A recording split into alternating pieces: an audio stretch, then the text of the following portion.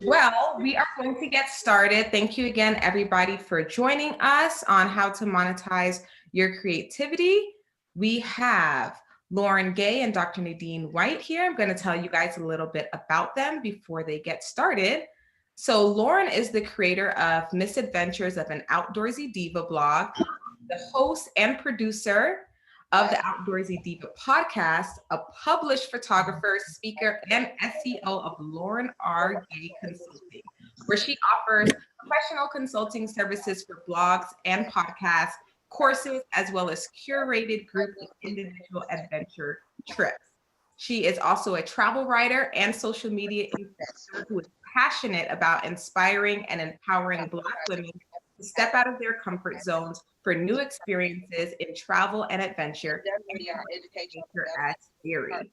She's an empty mom and a dedicated longtime advocate for racial diversity and inclusion in outdoor recreation and adventure travel. She's a training and events chair of the Black Travel Alliance.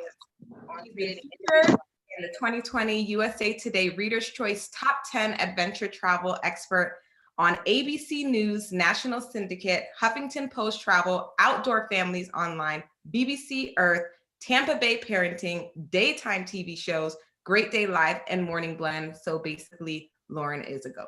So we also have Dr. Nadeen White. She is a travel blogger by day, but physician by night. She has over 20 years of experience practicing medicine and over 6 years experience as a travel content creator. Her award-winning travel blog, The Sophisticated Life, covers affordable luxury travel, food and wine as a health and medical topics related to travel. She's also the Oprah Magazine brand ambassador, and is a board member of the Black Travel Alliance. In addition, she's an Amazon best-selling author for her series of travel ebooks and speakers. So thank you guys so much again for joining us today on how to monetize your creativity. We are going to go ahead and get started. All right. How y'all doing? Most of y'all who have attended our webinars have seen me before, but I am not the host today, and this is why you have team members. So today I'm wearing the hat of presenter, and we are going to talk about making money. So we started off this webinar series for BTA in August with niching down, talking about growing your brand through your niche. Then in September, we got into SEO, getting your site together, getting your traffic up with SEO. Then in October, we talked to you about pitching. So now it's November, and all of those things were building blocks that are going to come into making money. So I'm going to get started and share my screen, and we can get this party started.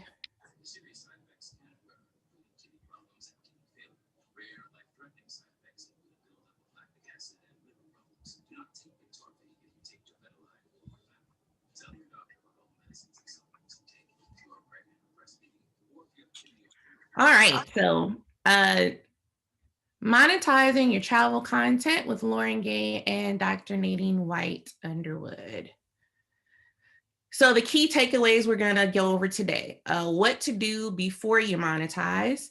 We're going to give you 15 ways to monetize. Yes, 15 different ways to make money from your travel content. I will also talk about some of those tools to help you monetize. Then Nadeen is going to give us a closer look at ad networks, and really like how that works, because ad networks is a whole beast and it could really be its own section, but she's going to give you some of those key points today. And then we're going to touch on the mistakes to avoid. So y'all get your pens, your papers, your notepads ready. Screenshot this. We will have the replays available for you as always, so you'll be able to go back and reference this information, but let's go secure the bag.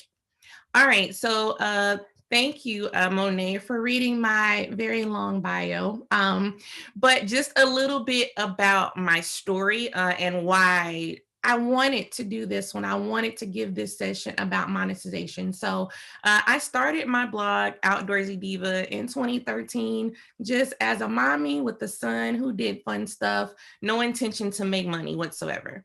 2014, I attended my first travel conference. I went to a TBEX conference in Fort Lauderdale. And then I was like, no, I'm sorry. It was BloggyCon, which was in Ohio. And it's actually a smaller conference, but I learned then that people made money from doing this. And I was like, what? I'm missing out. So I started my LLC that year in 2014. And but again, it was a passive thing. I worked full-time in IT, and I was a full-time sports mom, sports manager, all of that stuff. So I didn't really have time to like dive into making money. So it's always just been an extra income type of thing.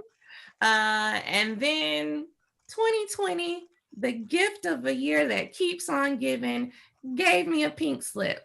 I had been gainfully employed for 17 years, and I was laid off at the start of the pandemic. So as of March 2020, I no longer had that steady pay, steady income, steady six-figure income that I had become accustomed to.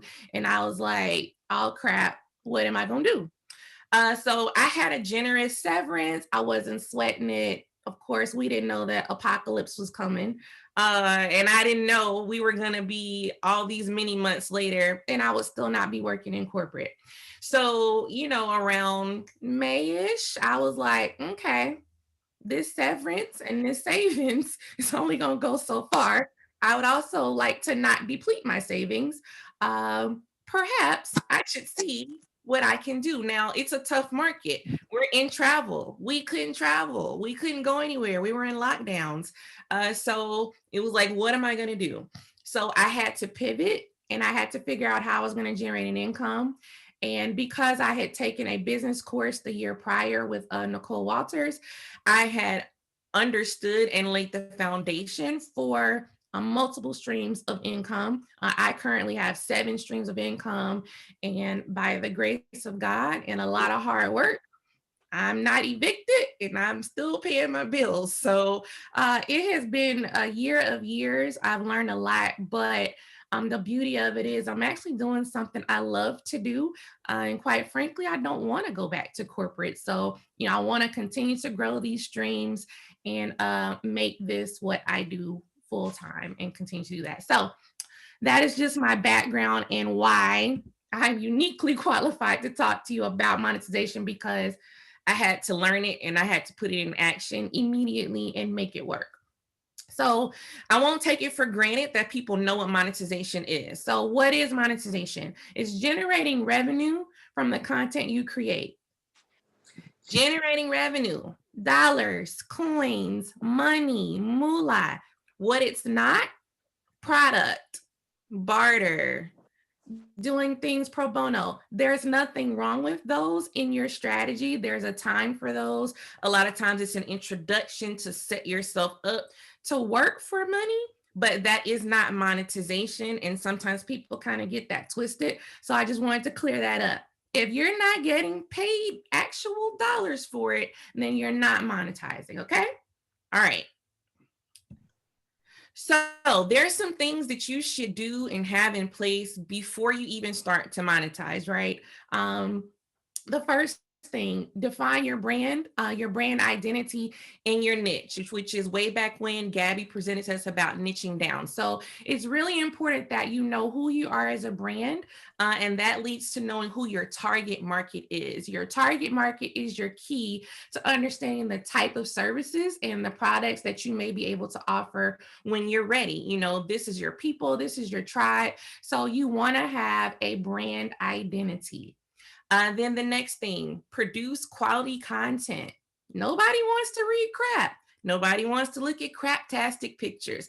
Let's just keep it real. So whatever you need to do, you have to invest in yourself. You have to invest in your brand and in your business, because once you start to monetize, you are a business. You have to invest in that to produce quality content. So that means take courses, attend seminars, attend webinars. It might mean you need to hire a third party. Whatever that you need to do, you just need to be sure that your content, meaning written content, video, pictures, whatever that is, it all needs to be quality. Okay. Then you want to have a great strategy for generating traffic. This is when Tamiko's session about SEO is key. It's the cornerstone, because a lot of these ways that we're going to talk about monetization will not make sense for you if you don't have traffic. They're just not going to be successful, period. They just won't. So, some of these methods have nothing to do with your traffic, but a lot of them do. And so you have to work at that. It has to be something that you are intentional about, and you have to learn it early. I wish I knew and understood SEO when I started, 5-6 years ago. I've just recently really started to learn it in the last 2 years. It would have made all the difference in the world. So the earlier you start to understand and implement SEO, the better off you're going to be. There's a stat here that's had from a survey of almost 1,200 bloggers on Growth Badger. And it said that bloggers who earn over $50,000 a year put a lot of emphasis on SEO. Their number one traffic source is Google organic searches compared to lower income bloggers. And they are also 4.3 times more likely to conduct keyword research, meaning they are intentional about creating content that people are actually searching for. That's key. That's a key right there. Then higher income bloggers rate the importance of social media 19% lower than lower income bloggers do. So the people who are making real money, real cheese doing this, are not putting their strategy into just social media. They are not relying on having a bomb Instagram page, having a bomb TikTok. They are looking at other sources to bring in that money. And so that's something that is really key, because I come across a lot of conversation and bloggers who get caught up about the social media stuff, and I didn't get this and I didn't get invited to that, but my question is always, how is that going to make you money? I know you want it to go. I know you want to be part of the cool kids clique, but if you didn't get invited for a grand opening of a new champagne bar, did you lose any money? No, you didn't. Uh-oh. Hold on, y'all. I don't know what's happening here.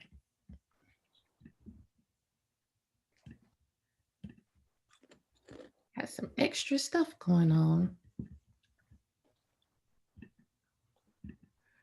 Okay, so that's that.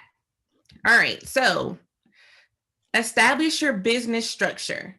Determine whether you're going to operate as a sole proprietor, as an LLC, as a corporation, whatever that business structure is going to be, you want to figure that out. Well, why is that important? Well, a lot of these that you get ready to sign up for, that you get ready to do, like when you're signing up for these ad networks and all that kind of stuff, they're going to ask you for either a social security number or an EIN. When you work with brands, they're going to ask you for a W-9. So you need to know, from a business structure standpoint, from a tax standpoint, how you are going to operate. So I advise you, do not start accepting money for anything until you have figured out what your business structure is going to be. If you're an overseas blogger, that might look a little different for you, but whatever those structures are, you need to figure that out and then operate as a business. Take the time to set up your business.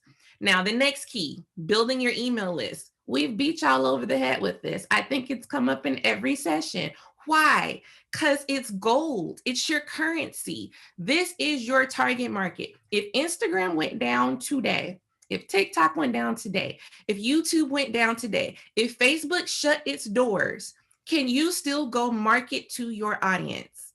Let me see it in the comments. Who today is not 100% reliant on social media as a way to connect and get in touch with their audience? So if that's you And you can't answer that question and truthfully say, I will be good if that didn't happen. If that happened for me, I can still market to people and just start over with whatever the platform of the day is. Cool, no big. I have an audience. I have an email list. That's where you need to be. That's where your mindset has to be. Grow your email list. Next, build trust. If they don't trust you, nobody's buying anything from you. Like nothing. Nobody wants to buy anything from someone they don't trust. And this is why your numbers matter only for certain things. But in terms of marketing, if you have a dedicated group of people in your audience that believe in you, that trust you, that back you, then they're going to support you. When you have that course, when you sell that book, when you become a brand ambassador, whatever that is, they are going to support you if you have taken the time to build that trust in your community and in your audience. And once you have that trust, you want to hold on to it. All right. This is what you came for, right? You want to know what these 15 different ways are to make money. Some of them you may have heard of before, some of them maybe not. So some of them, we only have so much time, and I'm not going to be able to give you like all the details because honestly, each of these could be a session, but we'll try to give you a good enough overview so that at least you can take this and kind of run with it and then do some more digging and research to get started. All right, so the first one, and these are not ranked in any particular order per se. They're just the order that they came in my mind, okay? All right, so number one, create sponsored content. This is one of the most popular ones, if not the most popular for travel content creators in particular. So you can create blog posts, social media content, YouTube videos, all to promote a destination. This is kind of written to be generic for anybody, but when we're talking specifically about travel content, so for example, I just completed a campaign with Visit Florida. They had me go on a staycation and a road trip. I wrote a blog post for them.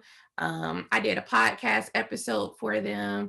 I did static Instagram things in my feed. I did Instagram stories. What else was in that package? I think that was everything.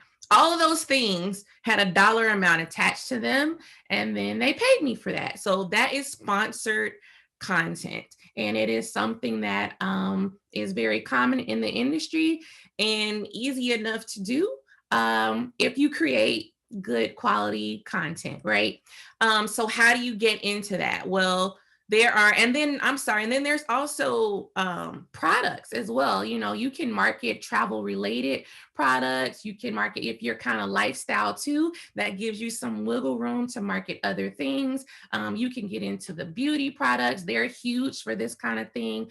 Food, it just depends on how you've niched down and how you can connect your niche to these products. But if you can do that, then you can work with these brands and be paid to market their stuff.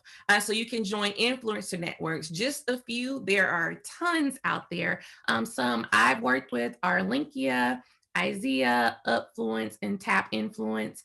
So with these, you create a profile.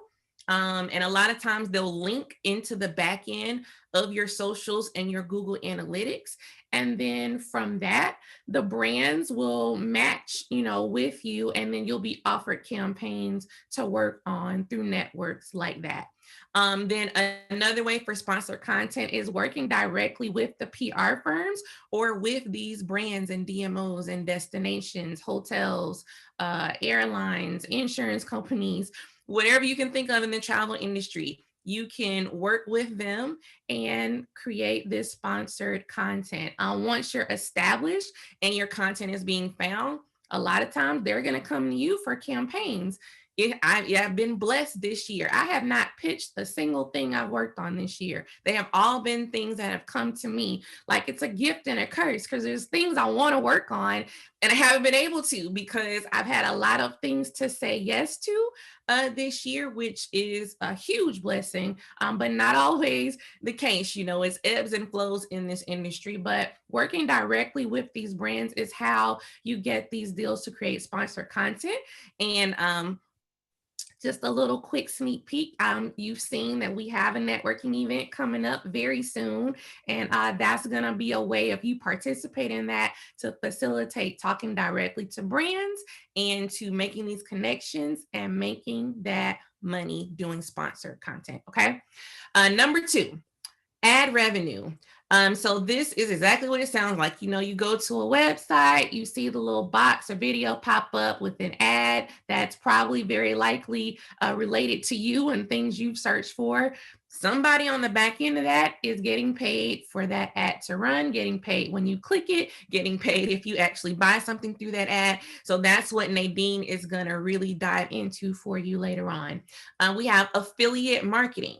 So affiliate marketing, you earn commission from marketing programs that are embedding links on your blog. So some programs like Amazon Associates, if you go to a site and then they have links to those products through Amazon, then I get a commission from that when you buy that product. Then there's AWINS, CJ Affiliate, ShareASale, ClickBank, JVZoo. I personally only use Amazon links and CJ Affiliate. So CJ Affiliate is it's like Walmart for brand ad. Like pick a brand, name one, you can probably find their affiliate program in CJ Affiliate. One that I make a good amount of money with is TripAdvisor. Any post that I write and I'm talking about a location, there's something like I have a widget that I can click and then it'll generate a special code for me for that property. And then I put that in the link on my site. And then when you click it, I get an income from it. If you actually book it, I get more income from it. And a lot of them are structured differently. Some of them people have to complete the purchase. Some of them you get paid for the clicks. It just depends, but that's a whole other beast. But affiliate marketing, sign up today. There's no reason for you not to at least have an Amazon Associates account and a CJ Affiliate account. You don't even have to just use your website. You can give this stuff to your friends. You can put this stuff on Facebook. You just have to disclose that it's an affiliate link, but you can use these anywhere, like all the time. I've got my friends and family trained. They know there are certain brands. Don't you buy that without asking me for that code. Like they know. So, that's a great way that you can make some income. Another one, freelance writing. Our very own Travis Levius did an awesome freelance writing seminar doing Exodus Summit for some of you who may have attended that. Freelance writing, you write for other publications that are not your own. So like online magazines, news outlets, you can ghostwrite for other bloggers. Some of them can pay really well. Right now, I can tell you Travel and Leisure pays $1.60 a word. That can be a significant amount of money. Others may only pay, 10 cents a word. Some may be a flat rate that you can negotiate. I write for a Tampa Bay Parenting Magazine. It doesn't pay a whole lot. It pays me between $50 to $150 per article, but what it does give me is validity and traffic, because it's a very popular magazine for my hyper local content. So for me, that's worth it. It's content I was going to write anyway. I would just caution you, learn from my mistake. So a long time ago, I wrote a piece on Tampa date spots or something for TampaDateNightOnline.com.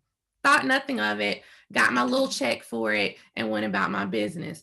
Well, later, I also ended up writing a post that was kind of similar on my own site, and I was ranking for it. And then she updated her post. So when I went to check my ranking and keywords, I was like, hold up, I'm number 3.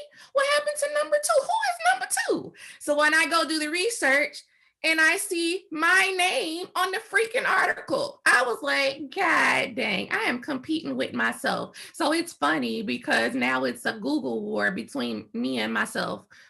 Because she added some things to make the post fresher, but because I wrote the bulk of it, I'm still listed as the author. And so I have to go one up myself every now and then and steal my spot back. So just be cognizant of the content you write. You don't want to compete with yourself on Google because that's long-term money. But yeah, don't be me. All right. So selling photography.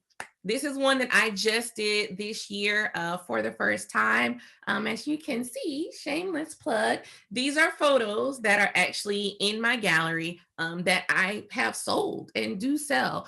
So there's multiple ways you can do that. I use ArtPal. With ArtPal, I didn't want to get into the business of printing things and I had to mail stuff and I ship stuff. I wasn't trying to do all that. So I use a service like ArtPal. I just upload my pictures. I have beautiful galleries. People can get what they want. They push my pictures out there on Twitter and Facebook all the time. And then I have links to it on all my sites and all that. And then they will actually fulfill the order. So people can buy frame prints, they can buy canvas prints, just regular prints without the frame. That's one way that those work. So there's ArtPal, Fine Art America, Smug Mug, Pickfair. Those are some popular ones that I knew off the top of my head. There's plenty of others. If you want, you really can just have your pictures online or on, your Instagram, and you can go print those joints at Walgreens, frame them, and ship them. You can do that yourself if that's something you have the time and the bandwidth to fool with. I just personally don't want to be bothered. I wanted it to be more kind of a passive thing, like I have it, and if I make money, cool, but it's not hurting me. Why?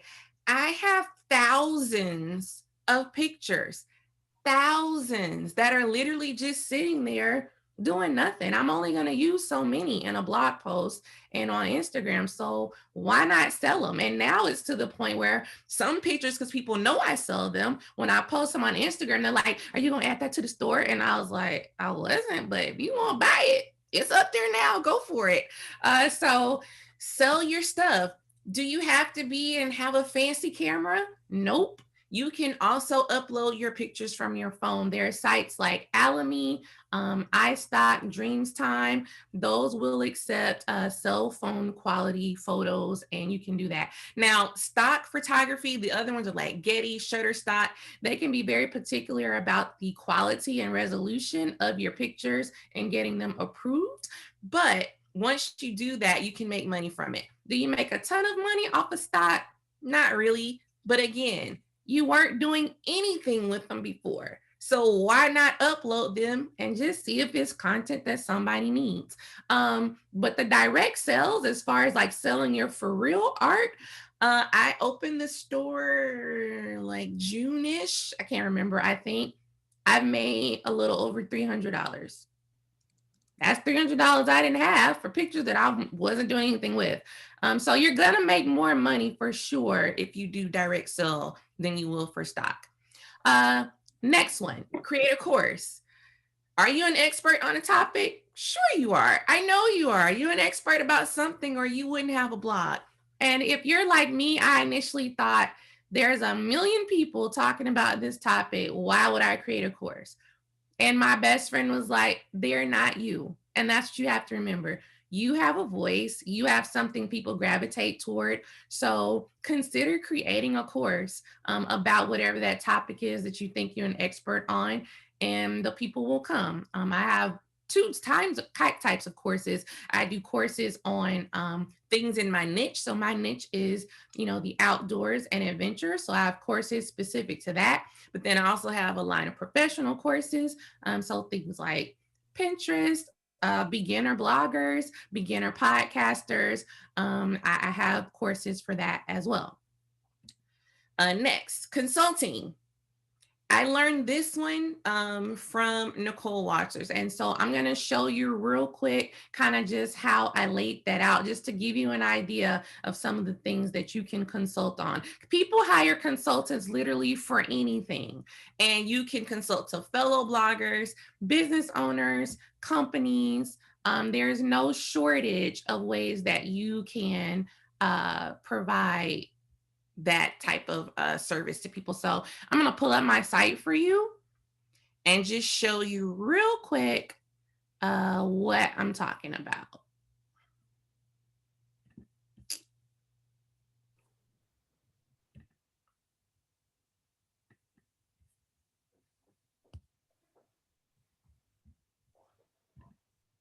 Okay.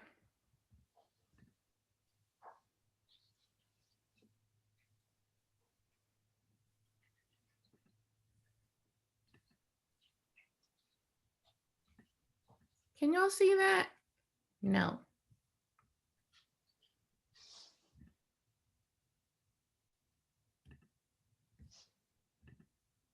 Okay. Can y'all see that?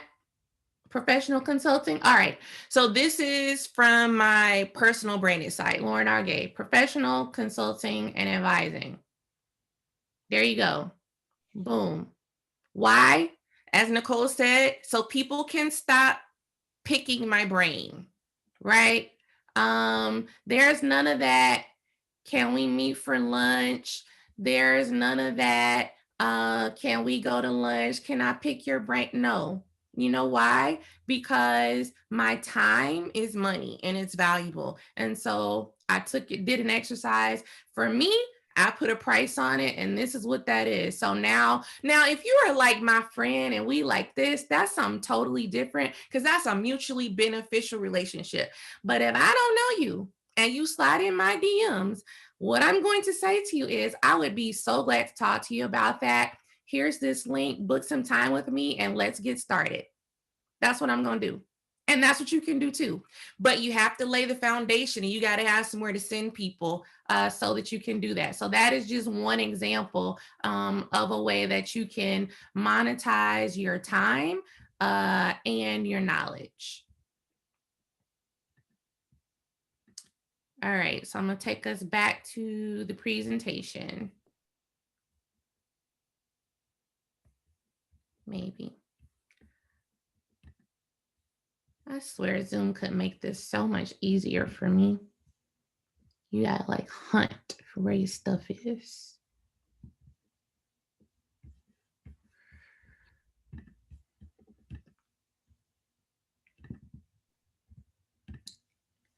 Okay. All right, so that's consulting. There's no reason that you should not be paid for your time and your knowledge. And don't let anybody make you feel otherwise, period. Don't, okay? Don't.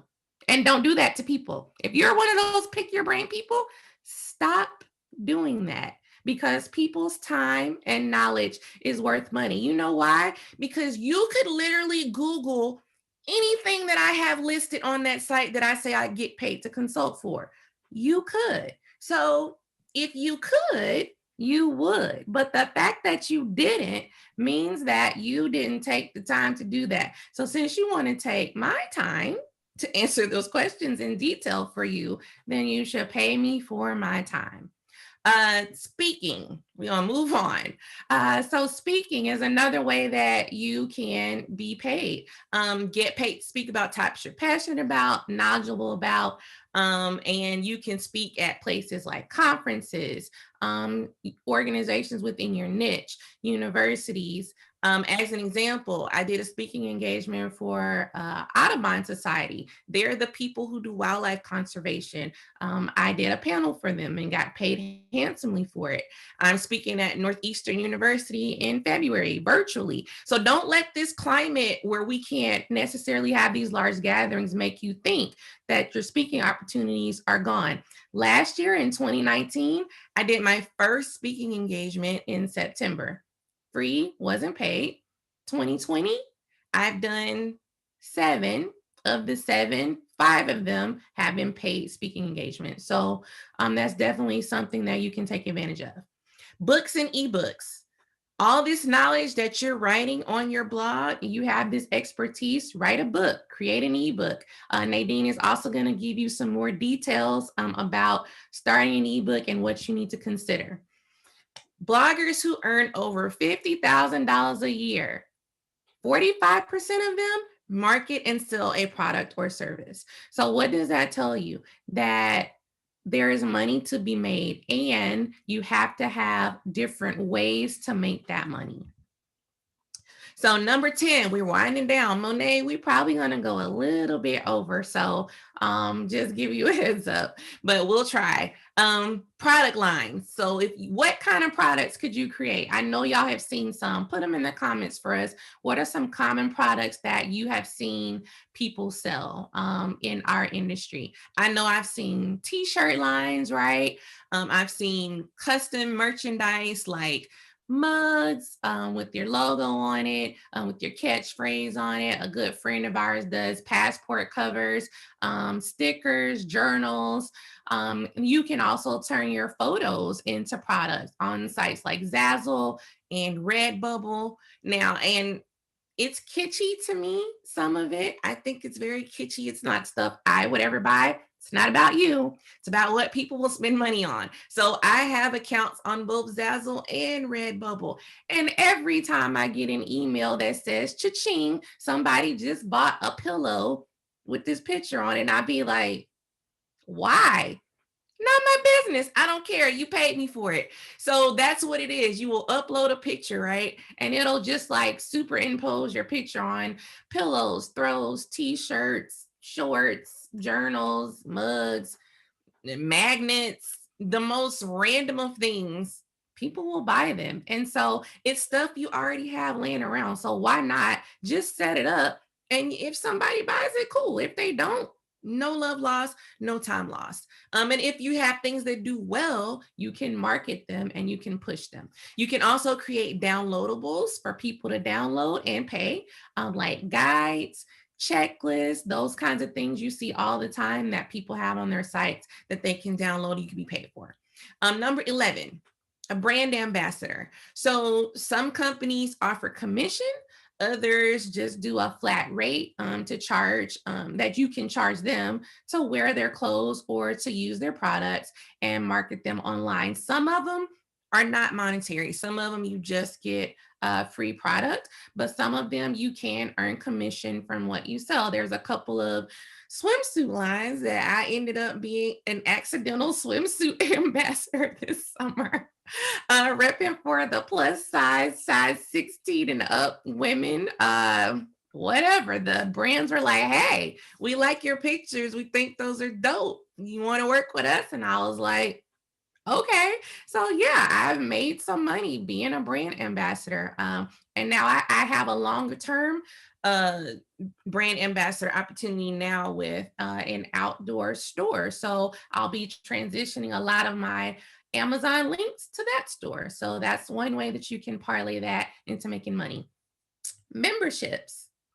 If you have a Facebook group, if you've created a community and it's thriving and it's doing well, you could create membership tiers and start to charge people to be a part of that community, and a part of what you've built. The thing about that is just to make sure you have found a way to add value. I don't personally have memberships yet, but I do have a growing community. So it's definitely something that I've started to research and learn about.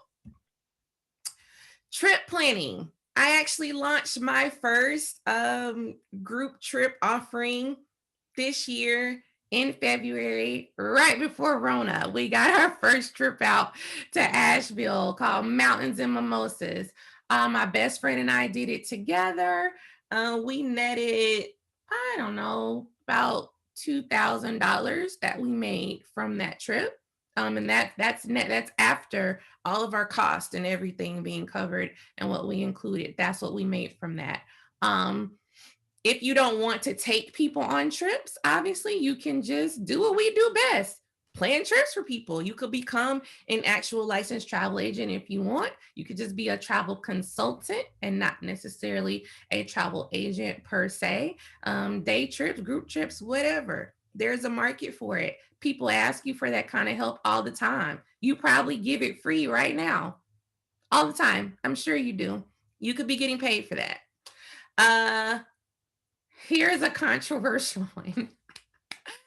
Online fans, not to be confused with OnlyFans, but similar.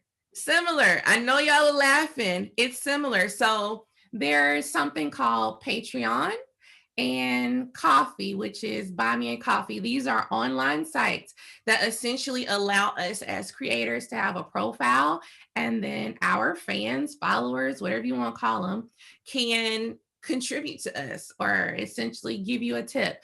With Patreon, you structure it with different membership tiers, and you do provide things for people, like, they get early access, or they get bonus content or pictures, or some people just want to talk to you, honestly. So you can structure your tier however you want, and then it charges them a monthly fee, that they are in your Patreon group or community, and you get paid for that. I launched my Patreon this summer at the urging of a friend, and I was like, oh, and I have, a decent little amount. It's growing. And I passively mention it in posts on social media. I have a link to it in my link tree, for people to join it. And every month I see that money come in, hit my PayPal account. So that's nice because I'm really not doing much for it. And it does allow me to connect with some of my really fervent, fans and readers. And that's actually really nice to have that community. Coffee is dope because it literally is Buy Me a Coffee. It's like a virtual tip. A friend of mine told me to create it. I didn't know anything about it. So I've done posts on Instagram where I've talked about certain things, and I'll just put, all I do is just literally just pin the little coffee link and say, if you like what you heard, buy me a coffee. Sometimes, and I have it in my link tree, so it's always there.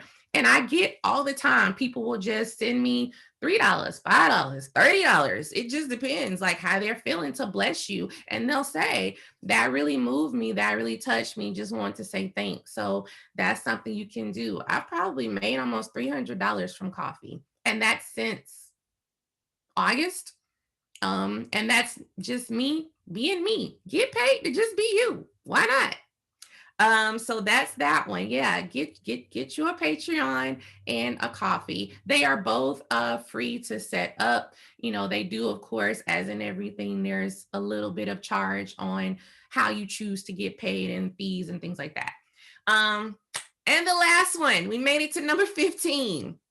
Host events. Now, right now, in the age of Rona, you may say, I can't really do that. That's what Zoom is for, and all these other online platforms. You can host digital events. You can charge people to come kick it with you. If you have a community that's feeling you like that you are engaged with like that, and you have something to offer, think about it. Charge people, have some type of virtual get together, and have something to offer people, tap into sponsors and host an event. So that's 15 ways that you could be making money. And now Nadeen is going to take it away and give us some more details on some of these others. Well, Lauren covered a lot there. Thank you, Lauren. That was excellent. I think she just wanted some company for this presentation because she covered a lot. That was excellent. So as Monet kind of mentioned, I'll just briefly introduce myself again. Nadeen, my blog is The Sophisticated Life. It covers affordable luxury travel, food, and wine. And Lauren wanted me to just kind of touch on ebooks and how you can make money from ads. So that is what I am going to talk about today. So we'll go to the next slide. Okay, so Lauren kind of touched on this. Why should you do books? And so you can do actual books or you can do ebooks. And I've been blogging for a few years, and I've been going to different conferences and monetization. And people kept saying, you should write a book, you should write a book, you should have an ebook. And you know, for me, I'd been a blogger, so I'd never thought about being an author. And I started thinking, you know, about what people were saying, and I had so much content on my blog. And so I started thinking maybe I should, you know, write a book. And so things that you should kind of consider if you're deciding to write a book, is one of the things is that there's people who read blogs, there's people who read books. So, you know, you can kind of gather people who read books and kind of bring them over to your blog and vice versa. So that was one of the things that kind of hit me when I decided to turn some of my blog content into a book. So then also you can earn extra income if you have books versus blogs. You become an author, and I kind of like the idea of being able to say that I am an author. I added that everywhere on my about me, on my media kit. And then people kind of look at you more of as an authority or expert in your field. So if you have a book on a certain topic, then it kind of is like, oh, well, I'm an expert in wine, or I'm an authority in culinary travel because I have a book on the topic. And so actually, the year that I put out my ebooks, I did my first speaking engagement. I was on a panel, a culinary travel panel at Audacity Fest, the second year that they have it, just based on being able to say that I was an author, um, for my ebook. So how do you kind of decide what your book is going to be about? Next slide, Lauren. I think it's on the next slide. So these are the steps that you want to go through if you're deciding that you want to decide to do a book. And again, this could be, and I'll go through that towards the end. You may decide to do an ebook, or you may want to do an actual published book. So you obviously have to have quality content on your blog, significant amount of content. So I wouldn't suggest you doing a book if you're a new blogger. You know, you have a couple of blog posts. You want to definitely have an audience and have quality content that on your blog. So you want to narrow down your niche, decide what your topic is going to be, poll your audience. I would say you dive deeper into a topic that you may have written about, provide solutions that, you know, you may not have readily on your blog. There's two ways to kind of do it. When I was looking to write my ebooks, I did two things. So at first I decided I was just going to compile two topics on my blog into ebooks. And, you know, you may think, well, why would people buy the ebook if the stuff is already available on your blog? But people are, I don't want to say lazy, but if you have everything just all organized in a book that's easily available and you can just flip through the book versus searching for 20 different blog posts on the blog. Some people just like everything just compact in one place. So for an example, my blog is travel, food, and wine. So I have a whole bunch of travel guides to places all over the world. So if you want to go to Rome, I tell you the things to see and do in Rome. If you want to go to Dubai, I tell you, if it's the first time in Dubai, you want to go and see all these places. So I compiled all my travel guides, my most popular travel guides, into one book. And then in another book, I compiled my culinary guide. So what to eat and drink when you're in Paris, what to eat and drink when you're in South Africa. And so I put all of those into one book. So if you're traveling and you want to know, you know, what are the best local foods to eat in Thailand, you can flip right in that book and it tells you, oh, I'm in Thailand, these are the places to eat. So that was another book. And then for my third book, actually was something brand new that wasn't available on my blog.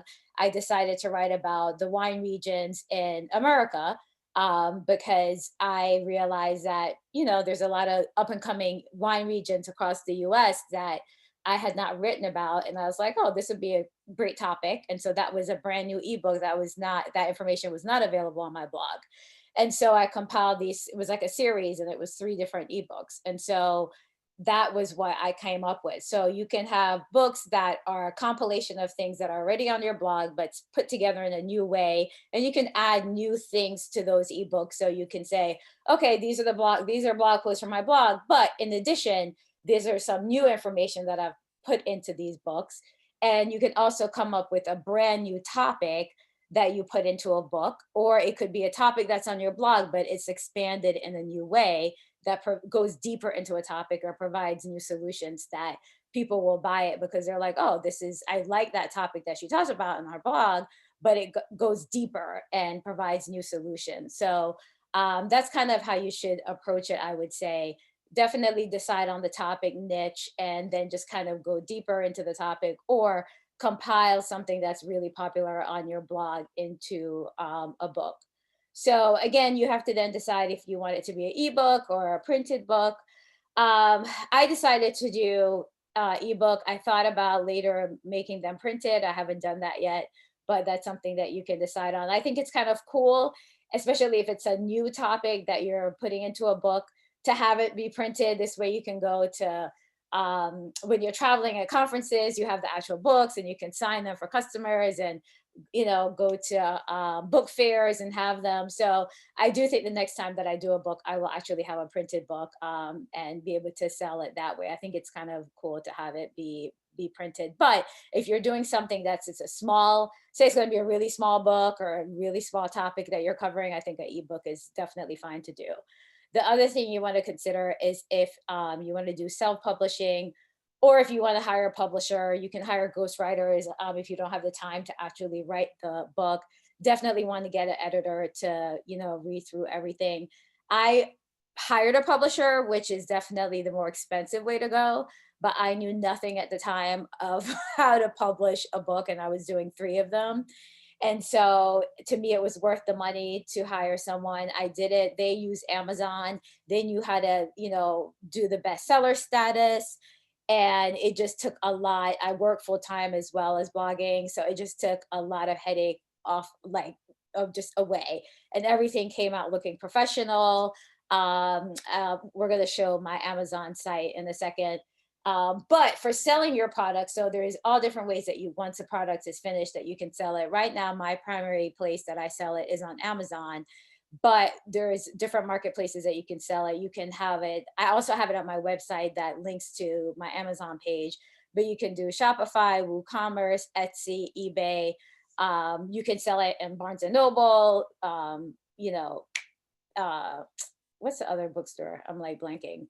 But yeah, you can basically sell it everywhere, whether it's a hardcover, soft, ebook, once you decide what type of book that you're producing. So Lauren, do you mind putting up the Amazon page for me? So this is what my author page looks like on Amazon. And what's really cool about it is, besides listing the different ebooks, you can link it to your blog. And so you can follow me as an author on Amazon. It gives my little bio, but it also links to all my most recent blog posts there. And so when people go to buy the book, they can also see my blog post. So you can get people, again, that may only read books, but then it can also pull them in and say, oh, she has a blog. Let me go check out some of her blog posts. And then again, people who read my blog will see on my blog page that I also write books, and then it could take them to look at the books and possibly buy the books. So you can get audiences from both after writing your book. So that is what I wanted to talk about. And so in terms of the process, there's a lot of different ways to do it. Like I said, there's interreel pages, Pixie books. There's a lot. Once you decide to do it, whether you self-publish or decide to use a publisher, there's a lot of technology, I should say, that will allow you to self-publish or use a publisher to actually get the book done. Somebody mentioned in the chat, I haven't been able to look at it while I'm talking, but even Canva, you can do ebooks now. So there's a lot of different. I will say, if you do self-publishing, I've seen a few where it's hard to format it. And if you're doing an ebook that you're also doing a printed book, just be aware that it can look kind of strange. So like, for instance, if you're doing an ebook that has a lot of hyperlinks, and that was another thing I was going to have to consider when I was changing. So my USA Wine Guide for Travelers has a lot of hyperlinks that takes you to other websites. So if you are going to then change that into a printed book, it would look really funny, because obviously those links won't work. So I have actually bought books where the person changed the ebook into a printed book, and it looks really odd. It's really odd. So that's when, again, you may want to use a publisher to make sure that it looks right, converting one into the other. So that was, I think, it for that topic in terms of ebooks. And we can answer questions at the end, because I can't see the chat questions. Okay, so next we're moving on to ad networks, things to consider. So like Lauren, I started out, I'm a physician full time. So I actually started my blog as a hobby. And I remember when I first started looking at blogs, I hated the ones with ads. And I swore I would never have ads on my blog because I found that to be hideous. And I was always clicking them off my view. I was like, oh, I hate ads. Well, for those of us that even started out doing blogging as a hobby, it's expensive. I mean, just to keep up the domain, hire a virtual assistant to make changes on the blog. I mean, you need some kind, unless you just want to keep paying out of pocket. If not, you need some money just to maintain the blog, just to make it look nice, just to, have some technical changes done, just to pay the hosting. So I first started out having ads on my blog just to pay for just the maintenance of it. And then, of course, you realize that you can actually make money just from ads. And so you get tempted, like, oh, okay, I can make money just from doing nothing, just from the ads being on my site. Oh, okay. And then having that money allows you to do other things that please your readers. And so I ended up having ads on my site. And then as I started getting more views on my site, I was able to then join better ad networks that I made even more money.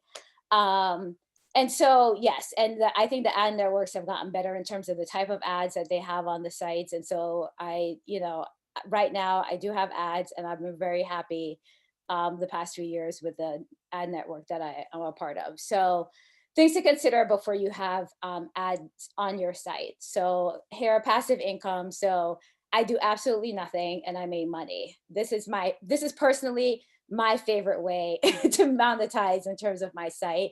I have used affiliate, I have AWIN, so I have an affiliate network on my site, but I'm really bad at adding affiliate links. By the time I actually do a blog post, I just don't feel like adding them. I do sponsored posts, blog posts, and do sponsored posts on social media. So I do make money that way. But this is my favorite because I don't have to do anything at all.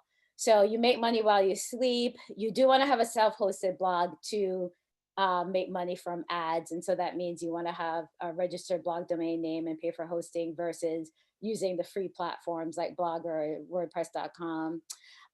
So you want to be a little bit familiar with ad network terms and pricing models. So and we do have a page after this. So RPM, CPM, those are some terms that you'll see bounced around. And basically those are rates that will be set based on how many ad impressions that you get on your site. So basically those ads, when people go to your site, the more people see the ads on your site, you'll just get paid based on that. So that's people just coming to your site, seeing the ads, not having to click on anything. So that RPM and CPM are used interchangeably. There's a little bit difference in terms of the definition, but that basically means that rate is basically set based on just how many times people come to your site and view the ads. CPC is basically when someone actually clicks on the ad. So if they click on the ad, you'll make more money. And then you can have fixed rate where you just get a fixed rate of a fixed rate. Doesn't matter if people view it or click on it. And so those are just some of the terminology you'll see when you start to decide on which ad networks you want to go to. Some of them the person has to actually click on it and do something like sign up. That's a CPA. You actually have to like sign up to, for their newsletter or sign up on their, to do something, like purchase something. So that's not as good. And you definitely want to have good blog content, obviously, before you go searching out ad networks. Next slide. So on the left, that's what I was just kind of talking about. CPM, RPM, they're kind of interchangeable a lot of times. RPM is more specific to publishers, which is what you would be because you're publishing the ads on your site. And then CPC is when people click, CPA is when the action is taken, and then fixed rate. So the first thing I want to say in terms of choosing your ad network, again, you want to have a good solid site. So even if you're starting out, just make sure that you have a good quality site with good content. You want to be a self-hosted site, like I mentioned. And, for some of these ad networks, you do have to apply. Most of them, even Google AdSense, you have to just put in the application. The great thing about ad networks now, I think, compared to when I started out like 6 8 years ago, is that the ads are more specific to your site. Before, I remember I have a travel, food, and wine blog, and it was just like the most random ads that would pop up, like somebody's butt or something, and I hated it. It was like, this has nothing to do with travel, food, or wine. And so I think the ad networks, they call it contextual advertising, where the ads are more specific to what your readers would be interested in. And so that has been much better in terms of the ads kind of matching your site and matching what readers are interested in. So that's also been a really good thing. So you're gonna have to apply for whatever ad network that you're interested in. So Google AdSense pretty much, I think, accepts everyone from what I know, and it's usually the first one that people start out with. Some ad networks will have a minimum requirement in terms of how many views you get per month or how many sessions you get per month on your site. Some will require look at where your location is, or how many, where your viewers are. So for instance, some will say you have to have primary US viewers or UK viewers. So that might be an issue depending on where your blog viewers come from. Customer service, you'll hear some people say this ad network has good or bad customer service. For the most part, a lot of ad networks can slow down your site. So you want to kind of do a little research with that. Some people will complain that having a lot of ads on their site slows down their site speed. Different ad networks or the companies that you look into so basically the way it works is whatever ad network you join, they have contracts with advertisers, and then that ad network company puts those ads on your site. So you also want to kind of look to see what advertisers they work with, so that again, whatever ads are on your site, you'll be okay with or comfortable with. Most of them have requirements as to where they put the ads on your site. So a lot will have at least 1 or 2 places that, you have to have it. So they may have what they call banner ads or above the fold. So you may have to have at least one ad that's on the top of your first half of your site or on the right side of your site. So most of them will have some kind of requirements in terms of where you have at least 1 or 2 of your ads placed on your site, on the homepage too, at least. And they'll go over that with you. So if you don't know how to do it, get a virtual assistant, which is what I do for almost everything on my site, and they'll do it for you. You want to obviously check for their pricing models. And then again, every ad networks have different types of ads. You may have you can turn on and off a lot of these. So you may have mobile ads, video ads. There's ads now that you can attach to the photos in your site. There's mobile ads that pop up, the pop-up ads. They have ads that come up on the full screen on your mobile, in content ads. And a lot of these, you'll have like a dashboard when you belong to the ad network, and you can turn some of these on and off besides the ones that are required. So you can have control over now, like what type of ads are shown, how many are shown, desktop versus mobile. And a lot of this will depend on your needs, right? So if you really want to make as much money as possible from your ads, you're going to have all of them turned on. For me, I have turned a lot off. I just tried one the other day that was like a full page mobile ad that pops up when readers are on mobile and they click on something. I personally didn't like it, so I just turned it off. So for me, it's not worth the money for for people reading my blog to go and have to like click out of that.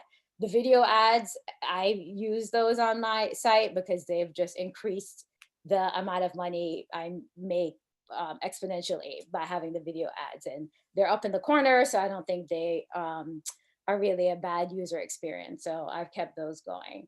Next slide. Okay, so I just wanted to go over a couple of the ad networks that are, yes, Kerwin said Google AdSense is lowest hanging fruit. Yeah.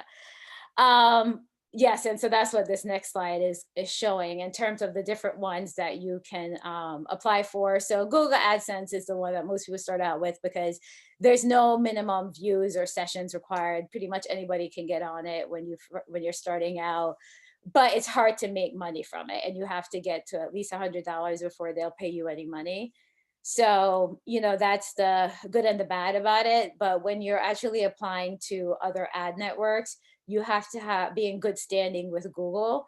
And so it's good to get it just in terms of being able to show that you're in good standing with Google AdSense and Google Ad Manager when you apply for some of these other ad networks. So Infolinks is another one good for beginners. I read that they have a $50 payout, so you get paid before you would with Google AdSense. Ezoic is 10,000 sessions per month to get in there. Monumetric, I've heard some good things about. And that's also 10,000, but that's page views. So sessions and page views, if you're on Google Analytics, you'll know is a little different. So some require a certain amount of sessions, some require a certain amount of page views. She Media is, I just heard of this one actually, but that's 20,000 or more page views. And in a group I'm in, a couple of people said that they've had some really good experience with them. Customer service is a big deal with a lot of these ad networks. You really want to be able to get in touch with the people. Some of them will actually even go into your dashboard for you and make changes that need to be done, which is awesome because I am not a tech person. And so I'm like, if you can go in and make the changes, that's great. And so so Mediavine, that's who I belong to. It used to be 25,000 sessions as a requirement, and they recently went up to 50,000 in the past 30 days. The great thing about Mediavine is that if you have more than one site, they will usually allow your second site to join the network at a lower requirement. They also started recently influencer network. So they're partnering with brands to allow you to get campaigns. Their customer service is absolutely excellent. And I've been with them for years now. And just an example, I wrote a blog post on coronavirus in March and it went viral to the point where my host shut me down, which was awful. But just in the few days that my post went viral, I made $4,000 just in a couple of days. So I just love them because I do nothing and I make money every month, and that allows me to do other things for my site. So yeah, so I've been really pleased with them. AdThrive is 100,000 monthly page views. What's interesting though is I went to a Mediavine conference a few years ago, and I spoke to a couple of bloggers who were with AdThrive, so they obviously get over 100,000 views a month. But a bunch of them has switched back to Mediavine from AdThrive. So even though AdThrive has like this, they still preferred their experience with Mediavine. So that was it in terms of, there's obviously more, but these were the ones that came up in conversation in one of the groups I'm in as the ones that people really seem to have the best experience with. And I think I was just going to show my site just to kind of show some examples of the ads that kind of how they look, how they pop up. So it's really a personal choice and, deciding if you want to get them, but do your research, definitely talk to people in terms of their experience with the different ads. And I guess if you click on the post, maybe one will pop up. Oh, maybe they will. As you can see, I don't really have way too many. So yeah, so that's like the right sidebar. And sometimes the videos will pop up somewhere. So you can see I have my ebooks on the sidebar here. So this is one of the video ads that shows up. So what they do, like they'll have an ad before if you stay there, Lauren, you'll see like after this ad, it'll actually show one of my videos after the ad, but that's like an in content video. So after this, it's like within a blog post, but after they actually show the Jeep ad, it'll show one of the ads that I had made showcasing some blog posts on my blog.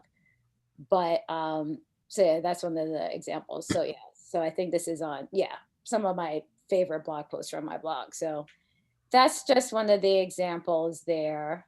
And I think that's it. And then on the very bottom, you'll see another ad there. So yeah, that is pretty much how that looks. And sometimes I don't like pop-ups, so I don't think I have any desktop pop-ups. So again, you can pretty much control what you decide with them. They're really flexible, I think. And I think that's it. Awesome. Thank Lauren's you. gonna finish up with, And I think Lauren has a finish up, like, key takeaway slide. with the mistakes. Oh, mistakes So over, yeah. just a few mistakes to avoid. So when you talk about the legal stuff, you want to make sure that you have taken into consideration your trademarking, your copyrights, the Federal Trade Commission disclosures. That is a very important one. We as content creators are beholden to what those laws are. You can Google it. I have to say they've come a long way. They used to read like guidelines, even though they had penalties. Now they're more like structured and actual rules and written in layman's terms that you can understand and what we are required to do and not required to do. It really grinds my gears when I see posts that this is a sponsored post and it doesn't disclose ad hosted, sponsored, or whatever that is. So make sure you know what those rules are and adhere to them. Don't provide poor value, deliver quality in everything you do, because once you put out bad services or bad products, then you break people's trust. And don't lie. Be honest. Be honest about your experiences. Be honest about things you're being paid for. That's part of the law. And then it's also just good practice with your audience. Don't launch into this without a marketing strategy. You don't want it to be a one and done. Learn about email funnels and all those kinds of things so that you can keep that coming and you keep having your audience come back to you easily to market to them new things, because you'll just make more money. Makes sense, right? And then tell people what you do. Let people know you have these services. I am numero uno guilty of that all the time. People be like, oh, I didn't know you do that. I was like, oh yeah, I do. So yeah, tell people what you do. And then don't cheapen your brand. Establish a bar of integrity and then stick to that. Not all money is good money. If you are passionate about a certain thing or a certain topic, it is okay to say no to an opportunity, even if that opportunity will make you money. And your audience will thank you for that because they've come to know you to have a certain level of integrity. So you don't want to break that. And we'll leave you with how to get in touch with us, how to follow us. I'm Lauren. So my business site that has links to all of my streams of income is laurenrgay.com. For consulting services, photography, all that stuff is there. And then my actual blog is outdoorsydiva.com. You can email me at laurengay@outdoorsydiva.com and Instagram at outdoorsydiva. Nadeen. Yes, you can reach me at thesophisticatedlife.com and Instagram at thesophislife. And there's my email, thesophislife@live.com. Awesome. Thank you guys. Lauren and Nadeen, this is amazing. As everyone is saying in the comments, thank you everybody for joining. We're going to answer some of the questions that you guys had. First, I want to give a few announcements. This was our last webinar for 2020. So thank you guys so much for joining the webinars we've had this year. If you have not signed up for our newsletter yet, please be sure to do so you can get information on our webinars for 2021. The playback for this will be available on YouTube. Once that is up and running, it will also be sent through the newsletter. So very important that you guys sign up for that. You can follow us on Instagram at the Black Travel Alliance. We're also on Facebook under that name. And on Twitter, we're the Black Travel A. And you can also follow us on LinkedIn as well. And LinkedIn is an amazing way to connect with brands. So if you're not on there as a part of your blogs, please do so.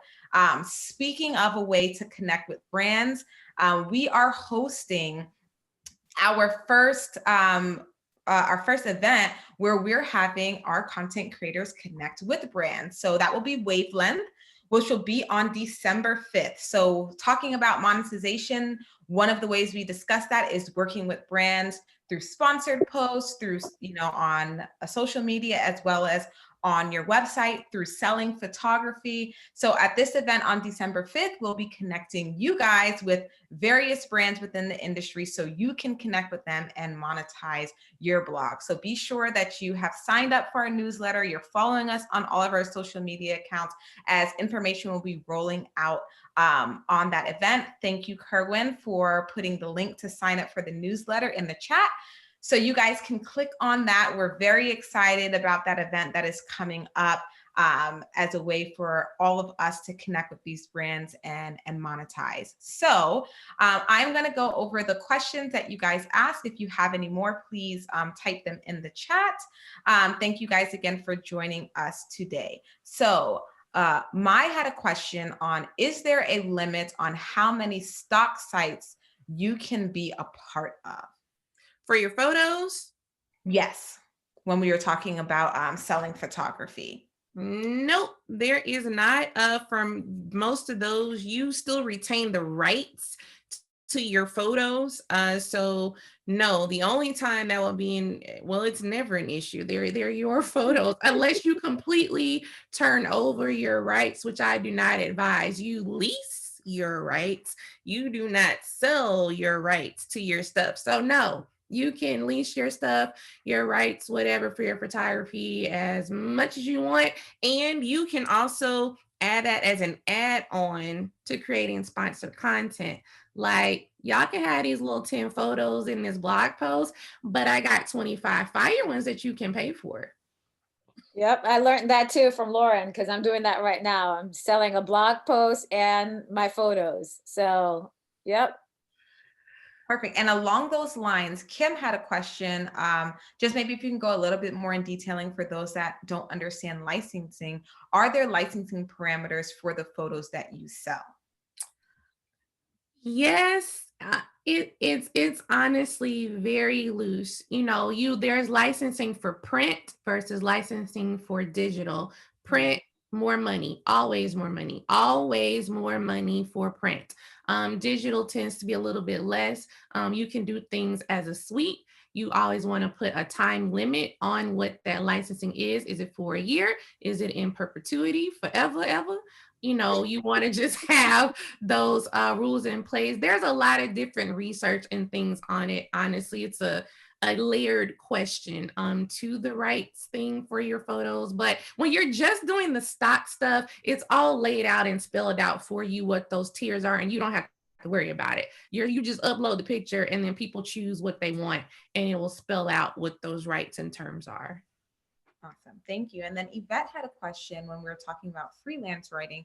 How do you approach publications about submitting freelance articles? So you want to find a real person. You want to find an editor. We tend to find that the ones on the sites that say, oh, if you want to write for us, click here. A lot of times those can be black holes. So try to find the editor by networking and LinkedIn and some other tools like that. But if you can find an editor, you send them a pitch. You send them a pitch with a working story idea, a working title. You want them to read that and already know like what. Don't waste their time. Don't just be like, hey, I had an idea. Can you get back to me? Like, be very specific. Travis Livius has a lot of great information. And he has I think a whole guide on his site about, is Travis on here? Go to his Instagram. Yeah, no, he has a whole he has a course actually that he does on it. Yeah. And does consulting on how to get into freelance. So I would definitely hit up Travis Livius about that, because he's great. It's Mr. Livius is his Instagram. Yeah. T-E-R, Mr. Livius for Travis Livius. But generally speaking, that's what it is. You pitch them usually via email, you pitch to the editor, and then you work it out that way. The bigger it is, it might be a little more formal. Now for the Tampa Bay Parenting Online, I did that very informally. I slid in her DMs and I just said, hey, are you accepting, content writers and ideas at this time? If so, I love a contact I can speak with. that's how I got the name. And you can do that too. That's another way to get an actual person. And then she's like, I'm actually the person, here's my email. And then we just set up a meeting and had a conversation about my ideas. So Yeah, just LinkedIn is great for that too. Like LinkedIn has real editors and real people listed for the magazine. So that's a great place. But yeah, I agree with Lauren, actually having a pitch and not just writing to them and saying, oh, I'd like to write for your magazine. Look to see what they've been covering. Look to see, what hot topics are right now in the news, seasonal things that are in the news, and send an actual pitch and not just say, I'm a writer. Can I write for you? I think it's helpful. Awesome. Thank you, ladies. Next question is from Marcia. She had a question on the ebooks. Nadeen, what's the best way to create an ebook? She heard that you need a special tool so it formats no matter where you're viewing from. So like I said, I use Amazon and a publisher. So Amazon has tools within Amazon, like literally you just go through the steps and it will create an ebook, and actually you can click a button and it goes from ebook to a published book. But when I was researching this, I came across a bunch of tools like how to go from blog. If you just put in how to go from blog to ebook, there's a whole bunch of tools that come up how to do it. And even I had found to do like even print books, there's a bunch of tools. I think I named a few that were on here. So like Into Real Pages, Pixie Books, there's a bunch of like techie stuff online to go from blog to ebook or from blog to books. So again, if you decide to self-publish, then there's a lot of tools online that you can use, including an Amazon. But if you have the extra cash and you want to make sure it's done correctly, then I definitely suggest trying to find a publisher. It's more expensive, but that's also an option. Awesome. Thank you. Nicole had a question in regards to the books as well. How have you gone about marketing your books outside of your blog audience? Yeah, so I mean, conferences, I've done that. Speaking engagements, again, I put author on everything. So, that has been helpful. So yeah, I think I just always make it. I have it on my blog, I have it on Amazon. Again, you can do things like Shopify, and I just market myself as an author in terms of having the books. So I haven't done a lot of, you can do book fairs, obviously, and you can enter, your book into things like that. I haven't done that as much, only because I don't have an actual physical book. And that's why I was saying the next time I write a book, I would do a physical book, because then you can do like a lot of book fairs and, attend those. And so I think that would be another good way to do, to market yourself in that way. So like going to conferences and having a table set up, things like that. Awesome. Thank you. And Lauren, Kim has a question for you. What apps or platforms do you use for your website and strategy calls? For the consulting, I do my calls on Zoom. We do Zoom calls because I can record them so that I can then follow up, and I provide, the guide and the notes about what we talked about. So that's what I use to conduct those. That's easy. I use, what is that calendar called? It's not Calendly. Acuity.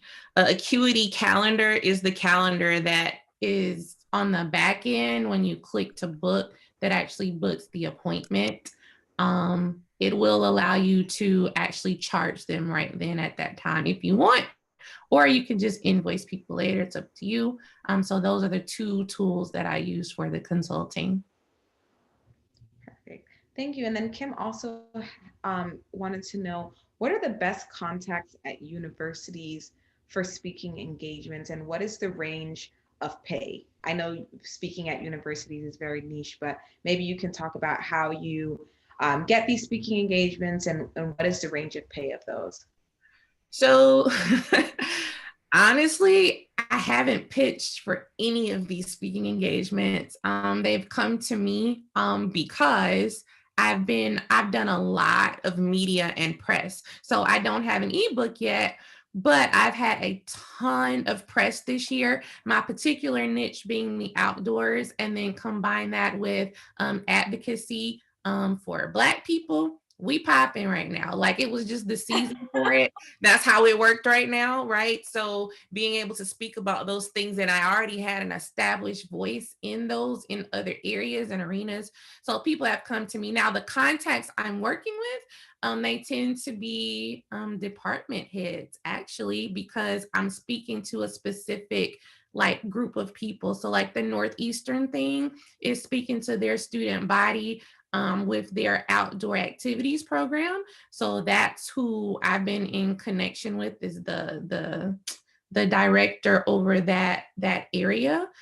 So I would say if you have a specific topic, maybe you could start with whoever the dean or the department head would be, because then maybe that's a good place to start and they could point you to the right person if they're not someone who would do that type of booking. And specifically for universities, for Audubon Society, it was the executive director. But I would always start honestly with the media person or the person listed for their PR, is where you would start for any of these if you're pitching. And the range of pay, that is a many and varied thing, because it really depends on you and your experience, right? But I would say don't be afraid. Pick your number and make your number your number. There are people who I don't speak for less. Well, I can't say that. I've spoken for as little as free, which I told you because I was building my resume. And then it was like 500, but that was because it was mutually beneficial. For people that I don't know, just out the blue, I don't do it for less than 2,000.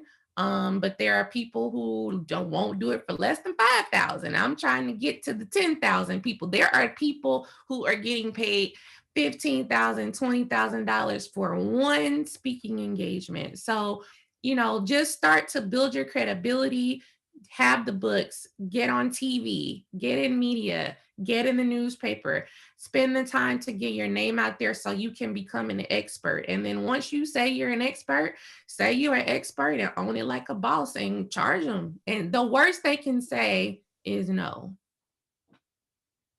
Great. And since you brought it up, being Black is so hot this year because everybody is just reaching out to us. But have you ever found it difficult getting business stating that your platform is for Black women in your Instagram? Let me think about that. No, I haven't. Now I've had to modify an offer, and meaning a campaign and what they wanted me to do, and said my audience doesn't give a shit about that. Sorry, because my audience doesn't care about that. That doesn't speak to us. How about, can we do this? I've had to do that. And I've also had to tell a destination, hey, your mayor said something racist. I'm going to need you to publicly condemn that and address that, or I'm not coming. I've done that because I'm very protect. What did I say? Protect your trust and your brand and your audience. I'm not going to go anywhere and then tell y'all to go. And then that's floating around out there because it became a big deal. It was even on Good Morning America. A reader like sent me a DM, was like, hey, I know you have this trip coming up and I saw the mayor on Good Morning America and he said XYZ. And I'm like, what? So they addressed it. Most brands will want to. So no, I've never been shy about who I'm for. Now my audience is everybody. The white people love me too, and I love them. And that's wonderful. But I am curated. My mission is us, though my content is consumable for everyone. And I don't shy away from that. So thank you. Last question, unless anyone had any other questions. Yvette wanted to know, do you have a web manager to embed the widgets on your site? Like for the ad stuff? I think she was talking about like when we were doing affiliates. No. So the affiliates is so easy. If we had time, I would have shown you. It's literally like they give you a snippet of code to use. Either you use something that generates it, or within the program you're using for whatever ads you want to run with them, they give you this little snippet of code and then you just embed that into where you put HTML in your site. So if you update, if you maintain and do, just the very basics of your site, for the most part these days, themes make it very easy to do that yourself. But if you're not tech savvy, you can be like Nadeen over here with the big bucks and get you a virtual assistant. There's no shame in that. No shame. No shame. Awesome. Well, those were all the questions that we have for today. So Lauren and Nadeen, thank you again so much. Oh, sorry, we have one more question. Kim wants to know, are there any recommendations for virtual assistant sites? There are, like on Facebook, there's a VA group, but I've gotten just from word of mouth. I would suggest asking people like in your blogging groups who they've used. I've been through a few, but thank goodness I've had overall good experiences. And so I would ask around. Kerwin said VAs are too costly. Upwork is good. I've used Upwork. I've never used Fever. That's another one that people use. But I personally have only used people that I've gotten referrals from that I know, and people have said this person is good. Like the person I use now is from, people may be familiar with the group Make Traffic Happen. And so Laura and Gemma recommended this person to me. She's in the UK. But that's who I currently use. And so she's excellent in terms of like, she's a true like technician, not just a VA that does a little bit of this or a little bit of that. She's like an actual like blog technician. So I don't mess with all the coding and stuff like that on my site. So she takes care of all of that. So yeah, but if it's a cost issue, then yeah, I agree. Like Upwork and Fever, they'll be less expensive. Awesome. Well, we don't have any more questions. So I just want to say thank you again to Lauren and Nadeen for all the amazing information. Do either of you have any last minute words that you wanted to say before we close out today? I would suggest, I know we gave a lot of information. Lauren, it was like 15, correct? So I would say, especially if you're starting out, just pick maybe 3 to focus on. Don't try and do like, oh, I'm going to do this. I'm going to put my photos up. I'm going to do this. I'm going to do that. Try and focus on maybe just 3 at first that you really think that you can accomplish, and go for those. It can be overwhelming to say, I'm going to try all of these for things because I want to make money. People are making, I think you really just need to try and focus on which ones you really think that you can be successful at, and try those first, and then maybe attack a few others. So I think that would be the best strategy to start out with. And I totally agree with Nadeen on that. And like I said, remember, I already had the foundation set for those. It wasn't a fly by night thing. It was definitely ordained because who knew I was going to need them, right? But I had a foundation laid for those. So the basics, the foundations, your SEO, your email marketing list, that's your focus first. And then once you've established those, you can put these other things into play and start to make money. So go secure the bag, y'all. Money out there to be made, even in a pandemic. Right. In the pandemic. Well, thank you ladies again so much. Don't forget, you'll be able to catch the replay if you missed anything or want to rewatch it again on YouTube. So be sure to sign up for our newsletter and subscribe to our YouTube account. That way you'll be notified once it's available. Don't forget to also look out for an event, Wavelength, where you'll be able to connect with brands in the industry to monetize your blog and your content. And we will see you in 2021 with our next webinar. So thank you guys so much for joining us today. Yay. Thanks for coming. Bye. Bye.